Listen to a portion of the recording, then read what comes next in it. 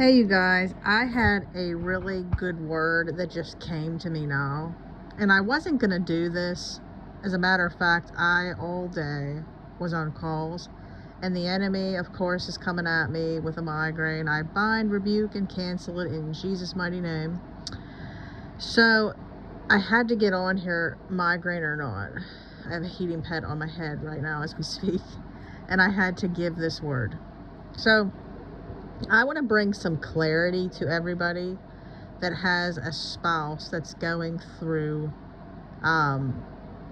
this prodigal season and there's a counterfeit involved. Or maybe they had an affair. I want to give you guys some clarity. So there's 3 stages that they go through and that God is going to use to get them transformed, okay? And be redeemed and restored and all that. So, believe it or not, there is good to this that's used, even though it doesn't seem like that there is. So, once they get involved and, you have an affair and, it's all hot and forbidden and it's all the things that, like, we don't want to hear, but I'm trying to give you guys some clarity to that way you kind of know what they're going through, to have a little bit of compassion. The enemy used the lust, okay, and a bad marriage. Now, this is the thing, guys. I have to bring some clarity here. The marriage was already bad between you guys, okay, if we're being honest with each other. So this other person was sent by the enemy to really cause havoc in your lives, because the marriage already was built on sand and was already messed up. So he strings this other person involved, and then the other person could be a witch, warlock, wizard that's also doing spells, hexes, and curses, you name it. So they get involved, they're enticed. The affair to them is hot. They never experienced something like this before. It's forbidden, it's enticing, and they don't want to lose this feeling, because this feeling is everything they weren't feeling when they were in the marriage. Okay, now who wouldn't want to lose that? We have to be honest, okay? Especially if you're not a Christian. And I'm going to be honest with you guys, and this hopefully brings some understanding. If God isn't something we follow, okay, there's a movie called God's Not Dead. Everything is permissible at that point. What would be the sense in having any morals? If you get sick and tired of your marriage, move on to the next. You know what I mean? This is what we have to really understand, is that without God, why would there be morals? That's number one. Okay, so they get involved. All they're doing is feeling their way through life. Okay, and this feels good. Okay, they know deep down it's not right, because God gives us discernment to know right from wrong, but they don't care, because they don't have a relationship with the Lord. So they're doing this, and then an affair is always going to get old, like we went over in the last video about like how the counterfeit can't last and why the counterfeit can't last. So when these like things start coming up, they're going through like the relationship stage where it's no longer hot and heavy anymore. They're starting to see the bad and the counterfeit and all that stuff.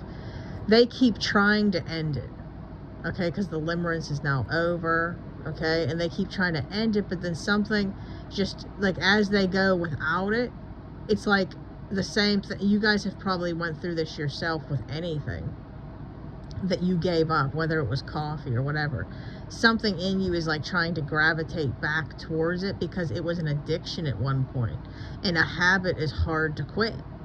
So any habit we quit is hard. Well, then when you have a person that was involved in your life for that long, okay, it's not that you love the person, but you're going to go through a grief period. I know that I used to grieve just friends in general that I wasn't friends with anymore, okay, like whether they moved or we got in an argument and weren't friends anymore. We are going to go through that grief phase. Well, they're definitely going to go through the grief phase because God never intended us to be intimate with anybody but our spouses. So they went and made an intimate connection with somebody that didn't work out. So then they're going through a grief phase. Okay, so it's like a very hard stage to go through, guys. And I'm telling you right now, we have to be patient with our spouses because God knows what they're going through. Well, then after the grief stage, which can last a while, this is why we have to be patient with our spouses. If we're throwing stones and stuff at them and we don't know that they're in the grief stage, we can make things way worse. No wonder they wanted to be with the affair partner. The affair partner wasn't making them feel that way. So then the stage 2, after they finally get out of the grief stage and they grieve, it's going to be the self-awareness stage. They finally are discovering, well, why did I do this? You know, it's like God's holding the mirror up to their face. You know, why have you made these decisions? Look at yourself in the mirror. It's not your wife's fault. It's not that you, not that the wife or the husband didn't have blame, okay? But common sense, you know, it's not all your fault, the way they were making it when they were deflecting.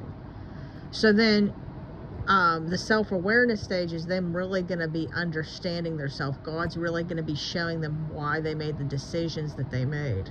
And they're really going to start discovering their self as a person, realizing that maybe something to do with childhood triggered this.